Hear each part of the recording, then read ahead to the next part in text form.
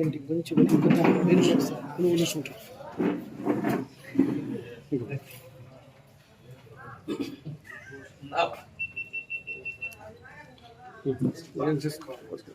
మాట్లాడతారా? లేదు ఫోటో.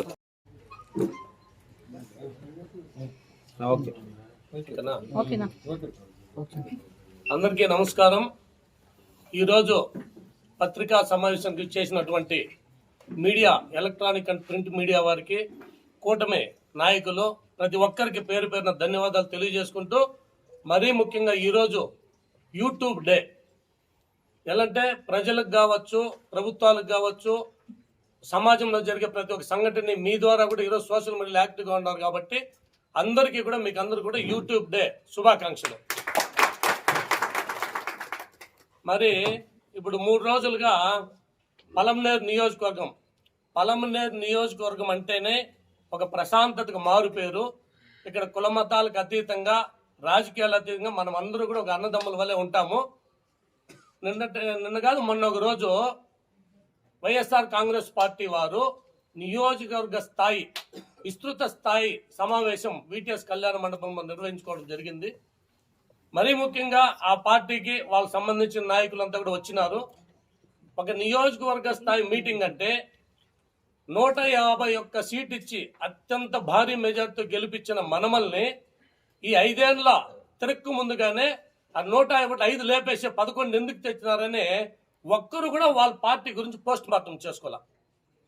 ఎందుకు మనకి ఈ పరిస్థితి వచ్చింది? అది వదిలేసి మాజీ ఎమ్మెల్యే వెంకటేగౌడ్ గారు ఆయన చెప్తున్నాడు, నేను వయసులో చిన్నోడు, కొత్తగా టాప్ టు బాటం కొత్తగా వచ్చినాను అంటారు కదా.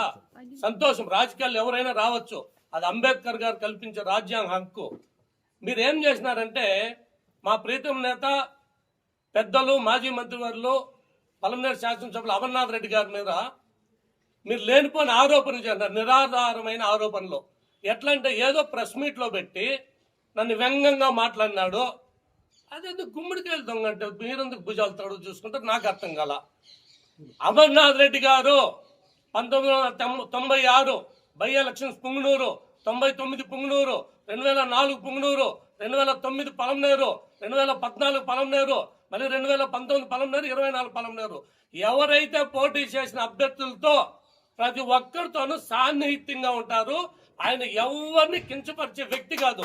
మీరు కావాలంటే పాత రికార్డులంతా కూడా తిరిగేసుకోండి. ఆయన వ్యక్తిగతంగా చిన్న వ్యక్తిని కానీ పెద్ద వ్యక్తిని కానీ పొరపాటును కూడా ఆయన విమర్శించే ఇది ఆయనకి లేదు. వాళ్ళ నూతన కాలం కుటుంబంలోనే లేదు. అటువంటి వ్యక్తి పైన మీరు ఏదేదో లేనిపోయిన ఆరోపణలు, అక్కడ జల్లి తోలేదా, నేనేమో తోలేస్తుంది జల్లి ఇసుక, మరి నువ్వేం తోలుతుంటే అక్రమము సక్రమం అని 2 ఉంటాయి. సక్రమంకి మారు పేరు అమర్నాథ్ రెడ్డి గారు, అక్రమంకి మారు పేరు మీరు. ఒకసారి ఇది గుర్తించుకోండి. జల్లి ఫ్యాక్టరీ ఓ తత్వం మీరు ఓడిందే అర్థమా జల్లి ఫ్యాక్టరీలో, అది ఇంకా మీకు అర్థమవుతుందో నాకు అర్థం కాల. దౌర్జన్యంగా జనార్దన్ రెడ్డి పెరుక్కున్నారు. అక్కడ వచ్చిందా జల్లిపేట అమరావతి ఉంది, ఇప్పుడు కాదు ఎప్పటి నుంచే ఉంది సక్రమం. ఇప్పుడు కూడా లీజుకి ఇచ్చినారు, ఆయన తోలలేదు. మొత్తం A to Z రికార్డ్స్ మీరు ఆర్టీఐ గారు తీసుకోవచ్చు, నో ప్రాబ్లం. మీరు జనార్దన్ నాయుడుకి ఇచ్చేసి చల్లని చెక్కులు ఇచ్చేసి మళ్ళీ కూటమి ప్రభుత్వం అధికారం రిజల్ట్ వచ్చిన రోజు నైట్ పత్తా లేకుండా మిషన్లు ఎత్తుకొని కొడుతున్నాయి. అట్లా కాదు, నీ కరెక్ట్ అయితే ఎందుకు పెళ్ళినావు?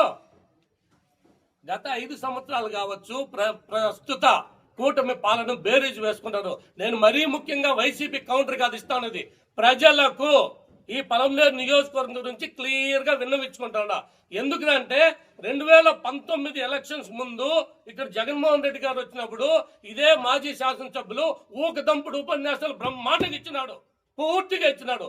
ఒక్క హామీ అయినా నెరవేర్చినారా? కావాలంటే ఆ వీడియో కావాలంటే కూడా రిలీజ్ చేస్తాను. ఏమీ చేయలేదు. ఎంతసేపు మేమేం చేస్తాం, మేమేం అభివృద్ధి. మీరు అభివృద్ధి కాదు, మీరు రాష్ట్రాన్ని రావణ కాష్టంగా మార్చినారు. బీహార్ అని చెప్పుకునేదాన్ని మార్పిచ్చేసినారు. ఆంధ్రప్రదేశ్ అని చెప్పుకునే విధంగా మీ పరిపాలన కొనసాగింది. అక్రమ అరెస్టులు, దౌర్జన్యాలు, ఎవరైనా వీధుల పైనకి వస్తే అప్పటికప్పుడే హౌస్ అరెస్టులు. ఇప్పటి వరకు పోలీసులు ఎప్పుడు చేయనటువంటి డ్యూటీలు మీ ప్రభుత్వంలో చేపించుకున్నారు. ఎప్పుడు మా ఆఫీస్ కాడ వాళ్ళే ఉంటారుంది పోలీసులే. ఇప్పుడు ఎక్కడైనా ఒక హౌస్ అరెస్ట్ జరిగిందా? ఎక్కడైనా ఒక అక్రమ అరెస్ట్ జరిగిందా? రాష్ట్రం మొత్తం కూడా తీసుకోండి. అటువంటిది ఒక్క మా మాజీ శాసనసభ్యులు నూతన కాలం కుటుంబం అంటే మచ్చలేని కుటుంబము. అటువంటిది మీరు బట్టగాల్చి మొగాన ఎలాంటి అది మీ వల్ల చేత కాదు. ఇంకొకసారి ఈ 33,000 మీ వాళ్ళు కూడా బీరాలు బతికిరి ఈసారి 66,000 తెప్పిస్తారని అవంతా పోయింది, కాలగర్భంలో గడిచిపోయింది. మిమ్మల్ని చూసినారు, పూర్తిగా మిమ్మల్ని శంకరగిరి మాన్యాలకు పంపించేసినారు. అది వదిలేసి ట్రాఫిక్ డైవర్ట్ విభజించి పాలించే రాజకీయాలు మీరు చేయొద్దండి. అంతా డైవర్ట్ పాలిటిక్స్ వాళ్ళు చేస్తున్నారు. ఎమ్మెల్యే గారు, ఎక్స్ఎమ్మెల్యే గారు ఏం చెప్పినారు, మా వాళ్ళు ఏం చెప్పినారు అదే మాట్లాడాలి. కానీ ఊరికే లేనిపోని ఏదేదో భూములు ఇవి అవి లేనిపోని మీరు చేసిందంతా మా మీద రుద్దుతా ఉన్నారు. అది ఎంత మాత్రమో ఈ అమర్నాథ్ రెడ్డి గారు కావచ్చు, చంద్రబాబు నాయుడు గారు కావచ్చు ఉపేక్షించరు. మా నాయకులకి ఎవరు అట్లా వదలరు. వాళ్ళు మాది ఒక క్రమశిక్షణ, కూటమి పార్టీలు 3 కావచ్చు, క్రమశిక్షణ, మంచి దారిలో నమ్మనే పొమ్మని చెప్పేసి మాకంతా ట్రైనింగ్లు ఇచ్చి మరీ చెప్తారు. మీరు అదంతా వదిలేసి ఈరోజు ఏది పడితే దుమ్మెత్తేసేది. మా వాళ్ళు ఎవరైనా కూడా దళిత సోదరులంతా కూడా పిలిచి మాట్లాడిస్తారు. వాళ్ళకి సంబంధం లేని వ్యక్తి విధంగా మాట్లాడతారు. మీరు ఒక సబ్జెక్ట్ బాగా క్లియర్ గా వినండి. ఎక్స్ఎమ్మెల్యే ఏం మాట్లాడినారు, మా వాళ్ళు ఏం ప్రెస్ మీట్ ఇచ్చినారు, దానికి జవాబు ఇవ్వకుండా మీరేందో చెప్తా ఉన్నారు. మా సోమశేఖర్ గౌడ్ ఏం అడిగినారు, ఎర్ర బంక్ గురించి చెప్పండి, పార్టీ ఆఫీస్ గురించి చెప్పండి. మీ పార్టీ ఆఫీస్ కట్టక మీరేమైనా శ్రీలంక శరణార్థులా? రోడ్డు బాగా వేసుకుని సిట్ చేసి కట్టినారే, అవుటికంతా సమాధానం ఇచ్చి మీరు నిజం నిరూపించుకోండి. మీ అక్రమ కేసులు, హౌస్ అరెస్టులు ఇవన్నీ కూడా చూసి ప్రజలు విసిగి వేసారిపోయినారు. ఈ రోజు కూటమి ప్రభుత్వంలో ప్రజలంతా పచ్చగా ఉన్నారు. అభివృద్ధి మీరు నాశనం చేసే రాష్ట్రాన్ని ఈ రోజు ముఖ్యమంత్రి గారు కావచ్చు, ఉప ముఖ్యమంత్రి అంతా కూడా గాడిని పెడతా ఉన్నారు. అది చూసి ఓర్చుకోలేకుండా మీరు కళ్ళు ఏదో పచ్చకాంబరిలో వచ్చాక లోకం అంతా పచ్చగా కనిపిస్తుంది. ఆ విధంగా మీరు కూడా ఈరోజు ప్రవహిస్తున్నారు. ఫస్ట్ బుద్ధి మార్చుకోండి. పొలంనేరు ప్రశాంతత మార్పు ఏదైతే ఉందో లేనిపోని ఆరోపణలు చేయకుండా అభివృద్ధి చేస్తాం. మీ వల్ల అయితే సహకరించండి. అది ఎటు మీకు చేత కాదు. కొంచెం ఇంకా మాకు 20 నెలలు అయింది, అది ఇంకా 40 నెలలు ఉంది. అభివృద్ధి అంటే ఏం చేసి చూపిస్తాము. పొలంనేరు నియోజకవర్గం ప్రత్యేక స్థానం నిలిపే కూడా గౌరవ శాసనసభ్యులు గారు సిద్ధంగా ఉన్నారు. ఇంకా మీతన మీరు నిరాధన ఆరోపణలు మానుకొని వ్యక్తిగత బేసిజాలకు పోకుండా ఉంటే మంచిది. లేదుంటే మీరు చెప్తాను కదా మా కలేజా ఉంది, ఇది ఉంది, అది ఉంది. స్థానిక ఎన్నికనే మీ కలేజా, మీ దమ్ము ధైర్యం అంతా ప్రజలు చూసేసినారు. రెండోది, ఈ రోజు ఆ పార్టీలో కూడా కొంతమంది ఒక 2 వ్యక్తులు రెచ్చగొట్టి మరీ లేనిపోని వాళ్ళ దగ్గర అంతా కూడా మాట్లాడచ్చు. ఒకే 2 వ్యక్తులు, ఒక ఆయన కణం కింద వచ్చినాడు, ఒక ఆయన ఇక్కడ ఉన్నాడు. ఇంతకుముందు చెప్తారు శకుని అట్లా వాళ్ళు. ఇవంతా పక్కన పెట్టేసి స్థానిక సంస్థలు వస్తాయి. మీలాగా మేమేమి ఏకపక్షంలో చేసుకోము. ప్రజా పోరాటంలో ప్రజాక్షేత్రంలోనే పోరాడతాము. దానికి మీరు సిద్ధంగా ఉండండి, మేము సిద్ధంగా ఉండండి. మేమేం మీలాగా పేపర్లు పెరిగేసి ఎలకలెత్తిపోయినా మేము ఆ విధంగా రాము. ఆ సంస్కృతి మాది కాదు. నీట్ గా ప్రజల్లోకి వచ్చి తేల్చుకుంటాం. మంచి చేస్తే మేము అడుగుతాం, మీరు అడుగుతాము. ఇప్పటికి మీరు పక్కన పెడితే కూడా బండకే సాగు బాధ్యత కూడా మీకు ఇంకా బుద్ధి రాలేదు. ఇంకా బుద్ధి తెచ్చుకోండి దయచేసి. మంచి ప్రజాపాలనకు మీరు ఏమన్నా ఉంటే సాయం చేయండి, లేదా గమ్మున ఉండండి, మేము చేస్తాం. ఇంకా 15 ఏళ్ళు కూటమి ప్రభుత్వం అధికారం ఉంటుంది, మేము చేసి చూపిస్తామని కూడా. ఇక మీదంతా దీన్ని నిలిపి మేము ఏదైతే అభివృద్ధికి పొలంనేరుని మీరు ఎక్కడ కూడా ఏమన్నా అయితే మీరు సాయం చేయండి, లేదా సైలెంట్ గా ఉండండి. మేము చేసి నిరూపించి చేసి చూపిస్తాము. ఇంత మిగుచ్చాలని కూడా కోరుకుంటూ, ఇటువంటి నిరాధార ఆరోపణలు మళ్ళీ శాసనసభ్యుల వారు పనిచేస్తే ఇంకా గట్టిగా బలంగా కూడా ప్రజల్లోకి తీసుకుపోయి కూడా సిద్ధమని ప్రతి ఒక్కరికి తెలియజేసుకుంటూ జై హింద్, జై. అందరికీ నమస్కారం. ఈరోజు ఇక్కడ విచ్చేసిన మీడియా మిత్రులందరికీ పేరు పేరున నా నమస్కారం. ముఖ్యంగా నిన్న వైసీపీ నాయకులు ex ZPTC market ex chairman Prahlad గారు నా గురించి మాట్లాడడం జరిగింది. నేను భూ కబ్జా చేశానని మాట్లాడడం జరిగింది. విషయమైతే మాకు 1954లో డీఫామ్ పట్టా కలదు. మాకు సుమారు 70 సంవత్సరాల నుంచి ఈ భూమిని సాగు చేసుకుంటున్నాం. అందులో బోరేసాం, మామిడి చెట్లు ఉన్నాయి, సర్వీస్ ఉంది. ఈరోజు అది కబ్జా అంటున్నారు, కానీ వాస్తవం అది కబ్జా కాదు, మా సొంతం, మా పిత్రాజితం. అదేవిధంగా మా అవ్వ డెత్ సర్టిఫికెట్, మీటర్ ఉంది. మీటర్ మా అవ్వ పేరు మీదే ఉంది. ఇది నా పేరు మీద కూడా తీసుకోవడం జరిగింది. ఇది కబ్జా అంటున్నారు. నిజంగా అయితే కబ్జా చేసి ఏది ఉందో నేను చెప్పగలుగుతాను. ఈ భూమి అయితే పక్క మా సెటిల్మెంట్ భూమి, 54 తర్వాత వచ్చేది మా సెటిల్మెంట్ భూమి. కాబట్టి ఇది వాస్తవంగా మా భూమి. వాళ్ళకి ఏమన్నా ఉంటే ఇప్పుడు కాంగ్రెస్ పీరియడ్లో 2 పర్యాయాలు కాంగ్రెస్ ఉన్నది, ఒక పర్యాయం వైసీపీ ఉన్నది. ఆ రోజు అబ్జెక్షన్ చేసేది, ఆ రోజు చేయలేదు. ఈరోజు 2006లో ఒకసారి స్కూల్ కావాలని తహసీల్దార్ దగ్గర వెళ్ళారు వీరంతా కాంగ్రెస్ పార్టీ వాళ్ళు. ఆ రోజు తహసీల్దార్ క్లుప్తంగా చెప్పారు, అయ్యా దాంట్లో పట్టా ఉంది, ఆ భూమికి వాళ్ళ అనుభవంలో ఉంది, దాన్ని ఇచ్చే కాదు అని చెప్పడం జరిగింది. ఈరోజు అది కబ్జా అంటూ చెప్పడం జరిగింది. నెక్స్ట్ ఇంకొకటి, బైపాస్ పక్కన ఇందుకు మామిడి చెట్లు ఉన్నాయి, బోరు కలదు ఈ భూమికి. ఇంకో విషయం ఏమిటంటే బైపాస్ పక్కన భూ కబ్జా చేశారనేసి 337లో 3 సర్వే నెంబర్. ఆ భూమి ప్రభుత్వ భూమి. నేను ఆ భూమిని సుమారు 30 సంవత్సరాలు నేను సాగు చేసుకుంటున్నాను. దానికి సంబంధించి కూడా నా దగ్గర ఉన్నది. ఇది చెరువు పొరమోకిన్నారు. ఇది ఖచ్చితంగా చెరువు పొరమోకి కాదు, సబ్ డివిజన్ చేయడం కూడా జరిగింది. 16 సెంట్లు సబ్ డివిజన్ చేయడం కూడా జరిగింది. ఇది కోర్టులో నేను మార్కెట్ వాల్యూకి ఇవ్వాల్సిగా కోర్టులో కూడా వేయడం జరిగింది. ఈ భూమి ఇదైతే పక్క సెటిల్మెంట్ భూమిగా ఇది మేము కోర్టులో వేసి మేము మార్కెట్ వాల్యూ తీసుకోవడానికి మేము ఆల్రెడీ కోర్టులో ఉంది కాబట్టి దీని గురించి వాళ్ళు మాట్లాడుతున్నారు. వైసీపీ వాళ్ళు భూమిని కబ్జా చేసేందుకు వాళ్ళు ప్రయత్నించడం, గంగవరం పోలీస్ స్టేషన్ వారు కూడా కంప్లీట్ ఇవ్వడం జరిగింది. ఇవన్నీ కూడా మీకు ఒక కాపీ ఇస్తాను.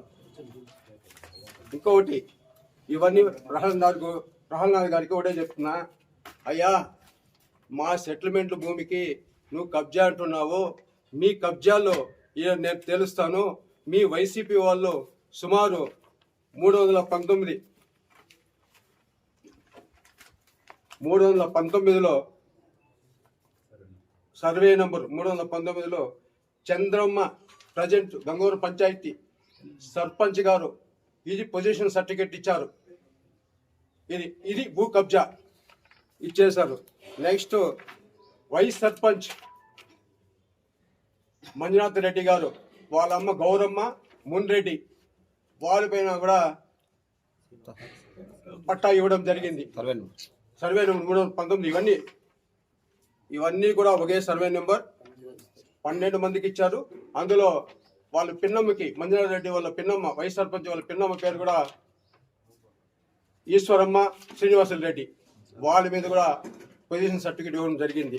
అదేవిధంగా గంగవరం ఎంపీటీసీ వాళ్ళ భర్త అక్క వల్లమ్మ, వాళ్ళపైన కూడా పొజిషన్ సర్టిఫికేట్ ఇవ్వడం జరిగింది.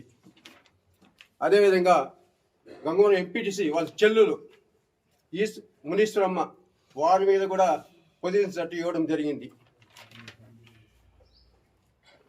నేను చెప్పేది ఏమంటే, ఇది నాయన భూ కబ్జా అంటే మేం కాదు భూ కబ్జా చేసింది, మీ నాయకులు, మీ కార్యకర్తలు, ఇది మీ కార్యకర్తలకి మీ కబ్జా చేయించేది కాదా అంటున్నా. అదేవిధంగా 307 సర్వే నెంబర్ 314 సర్వే నెంబర్ వేసి 304లో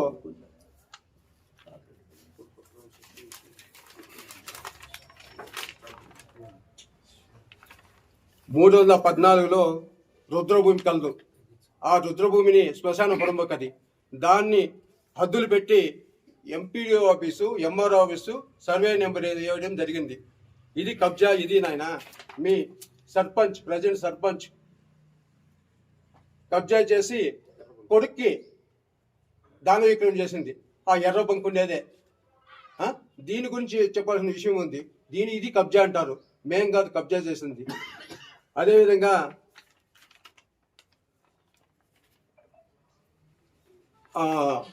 336లో లాస్ట్లో దారి కోసము దాంట్లో ఏదో సంథింగ్ జరిగింది అన్నారు. అయ్యా ఆ చిగురాసుపల్లి చెరువు పోయే దారి అది, గంగబండ చేస్తే జల్దికి మేము అదే దారిలో పోవాలా. అదేవిధంగా వాల్మీకులు సుమారు 50 కులాలు ఉన్నాయి, కుటుంబాలు ఉన్నాయి.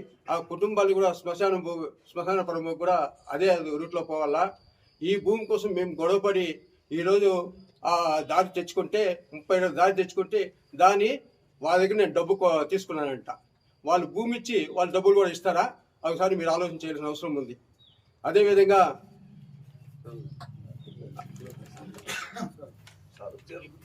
అదేవిధంగా ఈరోజు ఒకే చెప్తున్నా ప్రహ్లాద గారికి, అయ్యా ఇది నా కబ్జా అంటే నా భూమి కాదు కబ్జా నేను వారసత్వంగా పెట్టుకుంటున్నా, వారసత్వంగా ఉంది. నా కోర్టులో ఉన్నది ఒక భూమి మన సాగులో ఉన్నది. నీకు ఏమన్నా ఉంటే నువ్వు తహసీల్దార్ని అడుగు. ನೀವು ముందే సుమారు 2006లోనే తహసీల్దార్ గారు చెప్పారు మీకు, అయ్యా అది పట్టా భూమి, దాంట్లో ఇచ్చే కాదు, స్కూల్కి కావాలంటే ఇచ్చే కాదని ఆ రోజు చెప్పడం జరిగింది. ఒకసారి మీరు ఆలోచన చేసుకోవాలని అవసరం ఉంది. ఆలోచన చేసుకొని అందరికి థ్యాంక్స్. ఇక్కడ విచ్చేసినటువంటి మీడియా సోదరులందరికీ నా నమస్కారాలు. నిన్నటి రోజు వైసీపీ కార్యాలయంలో మా వైసీపీ దళిత సోదరులు మాట్లాడుతూ, మేమేదో కూటమి ప్రభుత్వం వచ్చిన తర్వాత వైసీపీ కార్యకర్తల పైన కావచ్చు, నాయకుల పైన కావచ్చు అక్రమ కేసులు బనాయిస్తాను అనేసి చెప్పడం జరిగింది. దయచేసి ప్రజలకు మీరు వాస్తవాలు చెప్తే బాగుంటుంది అనేది నా విన్నపము. ఎందుకంటే గడిచిన 2019-24 మధ్యలో వైసీపీ ప్రభుత్వంలో వైసీపీ నాయకులు అక్రమ కేసులు బనాయించినారా? గడిచిన ఇప్పుడు 2024-26 మధ్యలో టీడీపీ నాయకులు అక్రమ కేసులు బనాయించినారనేది పోలీస్ స్టేషన్లో పోలీసులను అడిగితే వాళ్ళే వాస్తవాలు చెప్పేస్తారు. ఇప్పటికీ కూటమి ప్రభుత్వం ఏర్పడి 20 నెలలు గడిచింది. ఈ 20 నెలల్లో వైసీపీ నాయకులపైన కార్యకర్తలపైన ఎన్ని కేసులు నమోదైనాయి? అదేవిధంగా 2019-21 మధ్యలో 20 నెలల మధ్యలో వైసీపీ నాయకులు టీడీపీ కార్యకర్తలపైన ఎంతమంది కేసులు పెట్టినారనేది మీరు వెళ్ళి విచారించుకుంటే తెలిసిపోతుంది. ఈ విషయాన్ని మీరు గుర్తుపెట్టుకొని మాట్లాడితే బాగుంటుందన్నది నా విన్నపము. అలాగే నిన్నటి రోజు జరవారిపల్లిలో టీడీపీ కార్యకర్తలు టీడీపీ నాయకులు ప్రోత్బలంతో గంగవరం పోలీస్ స్టేషన్లో కేసులు నమోదు చేస్తున్నారనే ఆరోపణ చేయడం జరిగింది. అది పూర్తిగా అవాస్తవము. ఎందుకంటే మీ ప్రభుత్వంలో 2019లో జరవారిపల్లిలో వాళ్ళ ల్యాండ్ సమస్య విషయంగా వాళ్ళు పోలీస్ స్టేషన్కి పోతే వాళ్ళు ఇరువురు గొడవలు పడుకొని వెళ్తే ఆ గొడవల్లో వీళ్ళపైన ఎవరైతే జరారుపల్లి వాసులపైన ఆరోపణలు చేశారో వాళ్ళ కుటుంబం 7 మంది పైన ఎఫ్ఐఆర్ నమోదు చేస్తే, ఈ ఎఫ్ఐఆర్ నమోదైన వెంటనే వాళ్ళ కుటుంబం మొత్తం ఊరు వదిలి వెళ్ళి ఎక్కడెక్కడో తలదాచుకొని వాళ్ళకి కోర్టులకు వెళ్ళి బెయిల్ తెచ్చుకున్న తర్వాత వాళ్ళ ఊర్లోకి రావడం జరిగింది. అదేవిధంగా ఈ కూటమి ప్రభుత్వం వచ్చిన తర్వాత కూడా వీళ్ళు వాళ్ళపైన దౌర్జన్యం చేసినారు వైసీపీ నాయకుల పైన అంటున్నారు. అది పూర్తిగా అవాస్తవము. ఎందుకంటే అతను ఇక్కడే ఉన్నాడు. ఈ కూటమి ప్రభుత్వంలో వాళ్ళు భూ సమస్యల వల్ల గొడవలు జరిగినాయి తప్ప పార్టీ పరంగా పార్టీ విషయంగా ఏ కార్యకర్తల పైన టీడీపీ నాయకులు కేసులు నమోదు చేయడం లేదు. మొన్న రీసెంట్ గా జరిగిన గొడవల్లో కూడా ఆ భూమి తగాదాలు వస్తే ఆ భూమి తగాదాల్లో గొడవలు జరిగితే ఆ భూ సమస్యల వల్లే వాళ్ళు కేసులు కట్టుకున్నారు తప్ప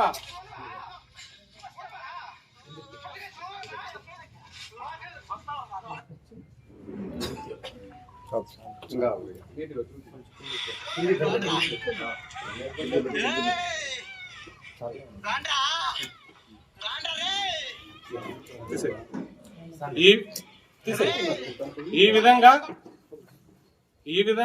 వాళ్ళ భూ సమస్యల వల్ల ఇరు కుటుంబాల మధ్యలో జరిగిన గొడవల వల్ల వాళ్ళు కేసులు నమోదు చేసుకున్నారు తప్ప పార్టీకి సంబంధం లేదు. పార్టీ వ్యక్తులుగా మేము ఎక్కడ కానీ వాళ్ళపైన ఎఫ్ఐఆర్ చేయమని మా నాయకులు ఎక్కడ చెప్పలేదు. దయచేసి ఈ విషయాన్ని మీరు తెలుసుకోవాల్సిందిగా కోరుతున్నాము. అలాగే గడిచిన ప్రభుత్వంలో ఎక్కడెక్కడ ఎంతమంది టీడీపీ నాయకులపైన కేసులు నమోదైనది కూడా మీకు అందరికీ తెలుసు. మేము ఎవరిని భయభ్రాంతులకు గురి చేయడం లేదు. ఇంతకుముందు 2019-24 మధ్యలో ఎవరైనా సరే వాళ్ళ హక్కుల కోసమో వాళ్ళ ఏదైనా సరే విషయాలు చెప్పుకోవాలంటే రోడ్లపైకి వచ్చి రోడ్లపైన వాళ్ళ సొంతంగా చెప్పుకునే అవకాశం కల్పించకుండా వాళ్ళని హౌస్ అరెస్టులు చేసి సంఘాలను కావచ్చు, ఉద్యోగస్తులను కావచ్చు, రాజకీయ పార్టీలను కావచ్చు, ఎవరిని రోడ్లపైకి రానివ్వకుండా హౌస్ అరెస్టులు చేసి అక్రమ కేసులు బనాయించిన ప్రభుత్వం వైసీపీ ప్రభుత్వం అనేది గుర్తుపెట్టుకోవాల్సిందిగా నేను తెలియజేస్తాను. కూటమి ప్రభుత్వంలో ఒక టీడీపీ కార్యకర్త వైఎస్ జగన్మోహన్ రెడ్డి గారి భార్య మీద తెలుసో తెలియకుండానో తప్పుడుగా మాట్లాడిన దానివల్ల ఈ కూటమి ప్రభుత్వంలోనే చంద్రబాబు నాయుడు గారు, లోకేష్ గారు, పవన్ కళ్యాణ్ గారు చర్యలు తీసుకొని టీడీపీ కార్యకర్త అయినా సరే ఆయన్ని జైలుకు పంపించిన ఘనత ఈ టీడీపీ కుటుంబానికి, ఈ కుటుంబ ప్రభుత్వానికి తెలియజేస్తున్నా. దయచేసి మీరు మాట్లాడే ముందు ఏవైనా సరే వాస్తవాలు తెలుసుకొని వాస్తవాలు ప్రజలకు వివరిస్తే ప్రజలు కూడా అర్థం చేసుకుంటారని నేను మీకు తెలియజేస్తూ ఈ అవకాశం ఇచ్చిన ప్రతి ఒక్కరికి ధన్యవాదాలు. Thank you. నమస్కారం. నా పేరు పరమశివ, కలగటూరు సర్పంచ్ కుమారుని. నిన్నటి దినం వైసీపీ నాయకులు, పెద్ద పెద్ద నాయకులు పార్టీ ఆఫీసులో ప్రెస్ మీట్ ఏర్పాటు చేయడం జరిగింది. ఆ ప్రెస్ మీట్లో ఇంతకుముందు మాజీ జడ్పీటీసీ మరియు ఏఎంసీ చైర్మన్గా పనిచేసినటువంటి ప్రహ్లాద గారు మా సామాజిక వర్గమే. ఆయన మాట్లాడుతూ సామాజిక వర్గం గురించి మాట్లాడినారు. మా సామాజిక వర్గమే, ఆయన కూడా మాకు రిలేషనే. అయితే మన సామాజిక వర్గానికి మీరు ఏం చేశారని నేను సూటిగా మీడియా ముందరే ప్రశ్నిస్తున్నాను. ఎంతమందికి మీరు ఉపాధి అవకాశాలు కల్పించారు? ఎంతమంది యువతకు, నిరుద్యోగులకి ఉద్యోగాలు ఇప్పించినారు? మీరు ఎంతమందిని డెవలప్ చేసినారని చెప్పి మీడియా ముఖంగా నేను ప్రశ్నిస్తున్నాను. అంతేకాకుండా నాకు కలగటూరులో పుట్టి పెరిగినాను, కలగటూరు ఏరు ఎట్లుంటుందో ఇసుక ఎట్లుంటుందో నాకు తెలియదు అని చెప్పినారు. గతంలో 2014-19 కాలంలో బ్రిడ్జు నిర్మించుకొని కౌండిన్య నది నుంచి నీరు నిల్వ ఉంచుకోవడానికి, రైతులు ఉపయోగించుకోవడానికి బ్రిడ్జ్ కడితే, మీరు 19-24 మధ్య కాలంలో ఆ ఇసుక తీసుకోవాలని జేసీబీలు, టిప్పర్లు అవన్నీ పెట్టి దారి చేసి ఆ బ్రిడ్జు కూల్చడం మీ తప్పు కాదా? మీ వైసీపీ నాయకులే ఇసుక తోలలేదా అని నేను అడుగుతున్నా. అంతేకాకుండా మీరు నిన్న సోమశేఖర్ గౌడ్ గారు, మా గౌరవ మండలాధ్యక్షుల గురించి కూడా మాట్లాడారు. ఆయన కన్నా ముందే మీరు జేసీబీ కొన్నారు, ఆ విషయం అందరికీ తెలుసు. ఆయన రీసెంట్గా కొన్నారు. జేసీబీలు ఉన్నాయి, ట్రాక్టర్లు ఉన్నాయి. ఆయన అయితే మట్టే తోలుతాడు, ఎందుకంటే ఇటుకరాయలకు వస్తాడు, ఒక 20 కుటుంబాలకు ఉపాధి కల్పిస్తాడు. అంతేకాకుండా ఊర్లో ఎవరికైనా మట్టి అవసరమైనా, ఇల్లు కట్టుకోవాలన్నా ఇసుక తోలుతాడు. అక్రమంగా కాదు, ప్రజలు ఇల్లులు కట్టుకోవాలా, బాగుండాలనే ఉద్దేశంతో తోలమంటే తోలుతారు. మీ జేసీబీ మాత్రం వజ్రాలు, ఆభరణాలు ఏమైనా లోడుతుందేమో తెలియదు.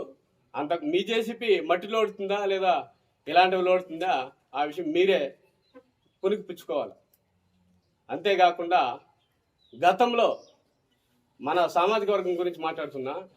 గతంలో గవర్నమెంట్ వైన్ షాప్లో పనిచేస్తుంటే నేను, లాస్ట్ మీ గవర్నమెంట్లోనే చిన్న ప్రెస్ మీట్ ఇవ్వడానికి వచ్చేసరికి ఒక దళితుడని కూడా చూడకుండా నా ఉద్యోగాన్ని మీ పేపర్లో రాయించి ఉద్యోగాన్ని పీకించేసినారు. మీరు దళితుల గురించి, మన సామాజిక వర్గం గురించి మాట్లాడుతున్నారు. అంతేకాకుండా కలగటూరు, కీలపట్ల, కల్లుపల్లి పంచాయతీల్లో అభివృద్ధి కార్యక్రమాలు జరగనేకుండా జలజీవన్ మిషన్ పనులు కూడా మీరే ఆపించినారని కూడా అందరికీ తెలుసు. మీ నాయకులు మీరు ఈ విధంగా అభివృద్ధిని అడ్డుకుంటూ మీరు మళ్ళీ ప్రెస్ ముందరకు వచ్చి మేమేమో చేసినామని గొప్పలు చెప్పుకోవడం చాలా హాస్యాస్పదంగా ఉంది. మీరు చాలా పెద్ద రాజకీయ నాయకులు, మిమ్మల్ని విమర్శించే స్థాయి కూడా నాకు లేదు. మీరు కానీ మీ నాయకులు కానీ దయచేసి ప్రెస్ మీట్ ఇచ్చే ముందు వాస్తవాలు తెలుసుకొని మాట్లాడాలని తెలియజేసుకుంటూ సెలవు తీసుకుంటాం. మీ పరిచయం అయిన తర్వాత సభకు నమస్కారం. తెలుగుదేశం కార్యకర్త గొబ్బిలికోట గణేష్ నా పేరు. నిన్న మా అన్నగారు, మేము గొబ్బిలికోట అంటేనే పొలంనేరులో ఏమనే తెలుసు, మేమందరూ కలిసికట్టుగానే ఉంటాము, రాబోయే భవిష్యత్తులో కూడా కలిసికట్టుగానే ఉంటాము. కాబట్టి దయచేసి మీరు వేరే రకంగా అనుకోవద్దని అన్నయ్య, ఎప్పుడు మనమందరూ కలిసే ఉన్నాము. మీరు అభివృద్ధి చేశామంటారు కదా, అభివృద్ధి చేసింటే పొలంనేరులో భారీ మెజార్టీ చూపించింది గొబ్బిలికోట పోతే. కాబట్టి దయచేసి మా ఊరు మెజార్టీ వస్తుందని వైసీపీ వాళ్ళు 4 వాటిగా చీల్చినా కానీ మళ్ళా కూడా పూర్తి మెజార్టీ పొలంనేరులో మేమే తెప్పించాము. అభివృద్ధి అంటున్నారు కదా, తప్పకుండా మా పీరియడ్ ఉంది, ఇంకా టైం ఉంది. ఆ లోపల మేమేమి అభివృద్ధి చేసి చూపించి తర్వాత మాట్లాడతాం, అంతవరకు మాట్లాడము.